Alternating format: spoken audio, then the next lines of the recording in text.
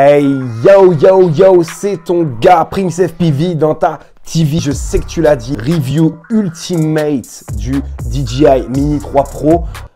C'est un monstre, c'est un monstre. Je l'ai utilisé dans une utilisation quasi journalière pendant 3 semaines pour vous dire est-ce qu'il vaut le coup ou est-ce qu'il vaut pas le coup. C'est vraiment mon retour d'expérience. Je l'ai testé dans les grandes lignes, je te tease un peu le truc, en Espagne, en pleine mer, sur un catamaran, etc. Pour du professionnel, pour du loisir, en low light, etc. Tout ce que tu veux savoir, tu vas le savoir aujourd'hui. Je suis Prince FPV dans ta TV, let's go!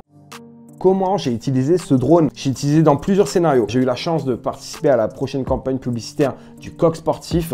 Donc j'ai utilisé ce drone par exemple dans ce genre de scénario pour amener des plans pour une pub. Et en l'occurrence, je te dis la vérité, même le réalisateur du clip qui filme tout à la RED, à la CTS3, etc. Était vraiment choqué du rendu et lui-même était séduit par le produit. Tu vois ce que je veux dire? Le mec, il a un R2S. Il m'a dit, mec, j'arrive pas à me dire qu'est-ce qui est mieux. Pourquoi? Parce que du coup, du fait qu'on ait une plus grande ouverture, on est à f1.7 contre du f2.8, tu vois. Alors, c'est pas une ouverture variable, mais les plans font vraiment le job. Je l'ai utilisé dans du low light. Donc, entend par là les basses luminosités, les pires conditions où toutes les caméras vont plus ou moins bruiter. Alors, on commence déjà donc par un exercice très difficile qui va être le positionnement. Le positionnement, donc, qui va se faire avec les radars d'obstacles que tu as ici, là, d'accord, les capteurs. Donc, dans le noir, le drone galère grave. Et c'était pour moi un vrai test de faire une ligne droite, d'accord, donc avec les gates qui sont très architecturales, donc très angle droit, etc. Et de faire une ligne droite, entre guillemets, dans le noir pour voir quel était déjà son comportement et également de voir le rendu low light, qu'est-ce que ça donnait. Spoiler, c'est terrible. Low light, tu regarderas la vidéo, tu verras par toi-même que ça brûle pas tant que ça. Dès que tu as une belle source de lumière, c'est pas cramé, les noirs, ils les gèrent bien, il n'y a pas trop de bruit. Donc low light, pour moi, c'est validé. Ensuite, j'ai essayé un lever de soleil. Pour moi, le lever de soleil, tu es entre les deux. Tu es entre, il y a de la lumière, mais tu es dans le noir, etc. Voir comment le capteur, donc f1.7, voir comment il s'en sortait. Il s'en sort comme un chef. Vraiment, j'ai été surpris qu'il commence à, tu vois, bien gérer le low light, un petit peu de lumière qui arrive, jouer des deux, dû à son double ISO. Donc, tu peux avoir des plages entre, je te dis une connerie, moi, 100, 600 par exemple, d'accord? Tu peux jouer là-dessus et le drone s'en sort terriblement bien sur ce point.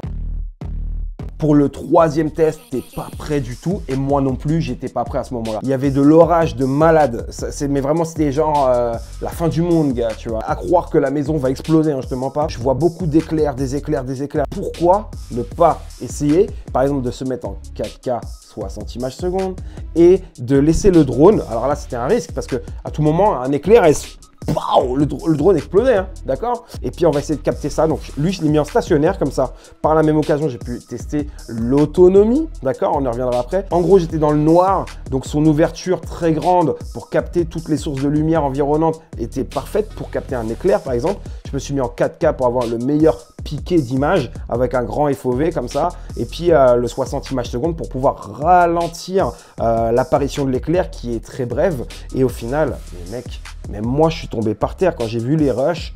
J'y croyais pas vraiment au début. Je me suis dit, c'est pas moi qui ai fait ça. J'ai l'impression là, j'étais un mec de chez National Geographic. Tu vois ce que je veux dire? Par la même occasion, comme je te le disais, donc pour capter les éclairs, je l'ai mis en stationnaire. Donc je peux te dire déjà que l'autonomie annoncée des 34 minutes, c'est pas ça. Mais on n'en est pas loin. On n'en est pas loin. On en est à du, je dirais, 26, 27, 28 au max qu'il puisse produire. Donc ce qui est plutôt honorable, hein. Je vous rappelle que on est sur un drone de 249 grammes. Avec un drone là qui est léger comme une plume et la batterie qui fait un bon 2/3 du poids, je dirais.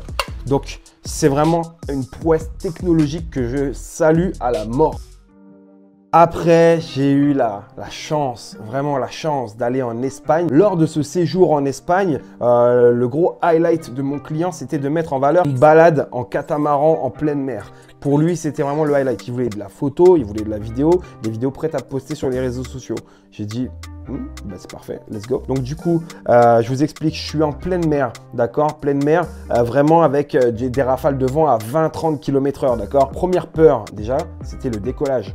Parce qu'il est tellement léger. Je prends la main, hop, je fais décoller, clac, le drone décolle, il part un petit peu. Et après, je vois qu'il struggle un petit peu comme ça. Mais dans ton retour écran de la radiocommande, ça ne laisse pas paraître, moi, très important pour moi parce que du coup, les moteurs de la gimbal contrebalançaient tous ces mouvements et mes plans que tu vois certainement actuellement ne laissaient pas du tout transparaître qu'il y avait cette masse de vent et il l'a très bien géré et je voulais dire bravo DJI parce que moi, je vous dis la vérité, au début, j'étais pas sûr. Maintenant, on va parler de la radiocommande. Alors, la radiocommande, je suis mi-figue, mi-raisin, MDR. Je vous explique pourquoi. Sur la précédente radiocommande, donc on tirait ici et puis on calait son smartphone ici, tout simplement. Maintenant, sur la DJI RC, on a les antennes qui sont intégrées. C'est trop bien, c'est juste trop bien. Tu as ton retour écran. L'autre jour, j'avais plus de batterie dans mon smartphone. Je dis, oh, je pourrais pas décoller. Puis je me dis, ah mais non, c'est trop bien. J'ai l'écran intégré. Donc ça, c'était trop génial. Plus de batterie dans le smartphone, c'est pas grave, tu as de la batterie dedans. Et je dirais que l'autonomie, tu es environ à 5 heures, un truc comme ça.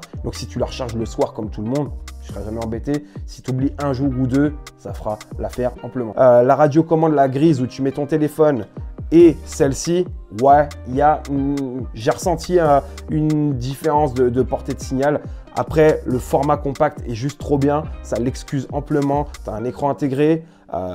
C'est bon, faut pas abuser non plus, tu vois. Moi, ouais, je la valide, mais faut prendre en compte ce souci de signal un peu biaisé, si j'ose dire. D'accord ?